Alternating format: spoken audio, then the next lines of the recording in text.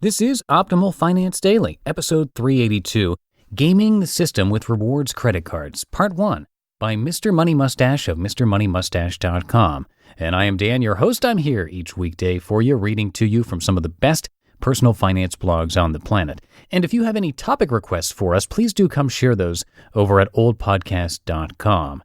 And a big thank you to the Alt MBA for sponsoring this episode. Are you looking to draw a bigger box for yourself? The Alt MBA Workshop is an intensive leadership and management workshop to help you do just that. This is for people who are itching to develop and make a bigger impact. They're now accepting applications for their upcoming session. To find out more, visit altmba.com/optimalfinance. Now, today's article is a little bit on the longer side from Mr. Money Mustache, so I'm going to break it up into two parts. I'll read the first part today and then wrap it up tomorrow. So with that, let's hear part one of this post as we optimize your life. Gaming the System with Rewards Credit Cards, Part 1, by Mr. Money Mustache of MrMoneyMustache.com. I've noticed a trend among financial bloggers recently. People have started playing around with high-reward credit cards for fun and profit, signing up for them in bulk, scooping the signing bonuses, strategically using the good ones, and canceling the duds. Now, I'm no novice to the idea of a cashback credit card. I used an REI Visa from 1999 to 2006 that yielded 1% cash back on all purchases, which added up to several $100s each year. In 2006, I switched to a Travelocity American Express that doubles the reward, giving the equivalent of 2% back on most purchases and 10% back on travel. The only hitch is that the rebate can only be applied to travel purchases booked through Travelocity, air, hotel, car rental. This wouldn't work for everyone, but it works for us since we travel at least once or twice a year. Sometime around 2006, when interest rates were high and yet credit was still loose, Chase started sending me checks for my business card that could be used to pay any bill, and they were offering a 0% annual percentage rate. After reading the fine print, I saw that the conditions were favorable, so I used one of those checks to max out the card's $50,000 credit limit and used the proceeds to pay down a construction loan which had been charging me 7%. This allowed me to pay the much better rate of 0% for 1 year instead. Meticulously noting the payment deadlines, I played it carefully and paid it off on time, saving several $1,000s in interest.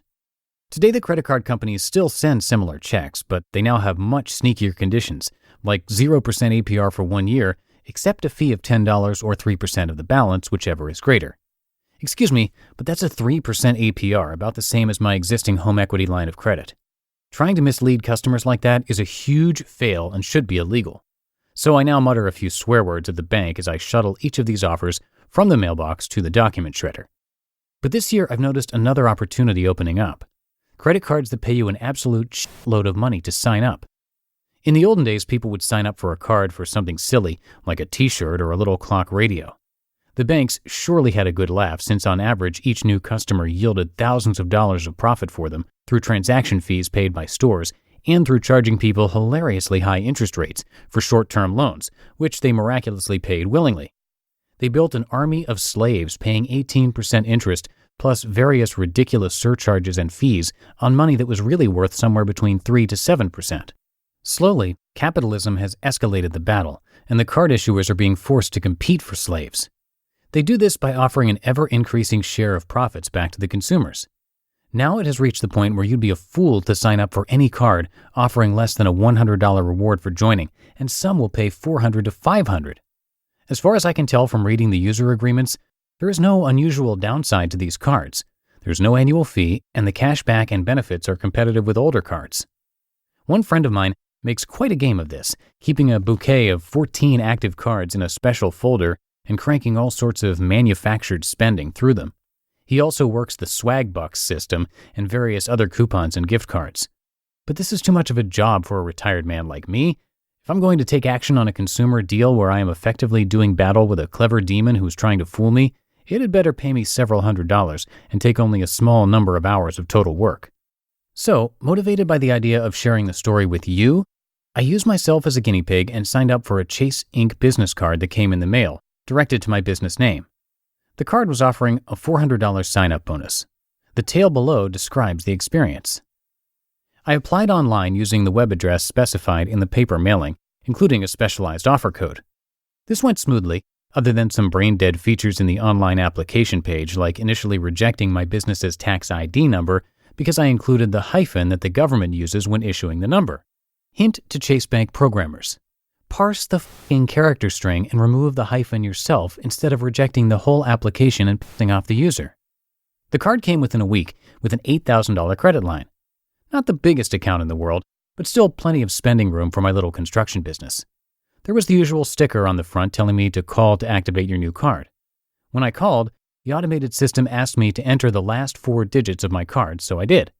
I was expecting the system to finish off by asking for my zip code and then letting me go, but instead the voice announced, "Please hold on, we are transferring you to one of our business specialists." Uh-oh, I didn't ask for a business specialist. Is there a problem? To be continued. You just listened to part 1 of the post titled Gaming the System with Rewards Credit Cards by Mr. Money Mustache of MrMoneyMustache.com. And just a quick reminder here to check out the Alt MBA Workshop. 4 times a year, the workshop brings together 2 groups of around 100 leaders from different industries and areas of expertise. You work on 13 projects for a month, giving and getting feedback and actually putting concepts into practice to make them a habit. There are no lectures or videos. It's rolling up your sleeves and working in groups with people who want the same thing as you.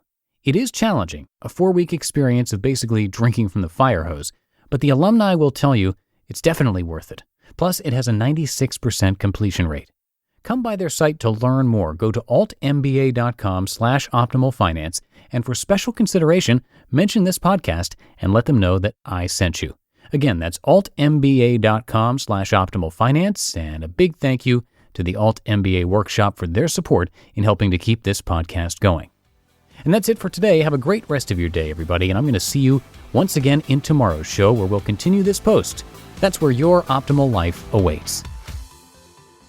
Hello, Life Optimizer. This is Justin Malik, creator and producer of this podcast, but also Optimal Living Daily, the show where I read to you from even more blogs covering finance, productivity, minimalism, personal development, and more from incredible bloggers like Derek Sivers, Zen Habits, Mark and Angel, The Minimalists, and all the ones you hear on this show too. So if you enjoyed today's episode and like taking amazing blogs on the go, come on over to Optimal Living Daily and subscribe to that one too. And together, we'll start optimizing your life.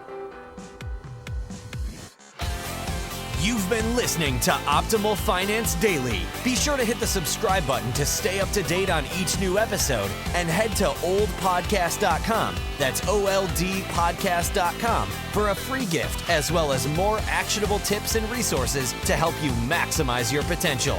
Thanks for joining us, and remember, your optimal life awaits.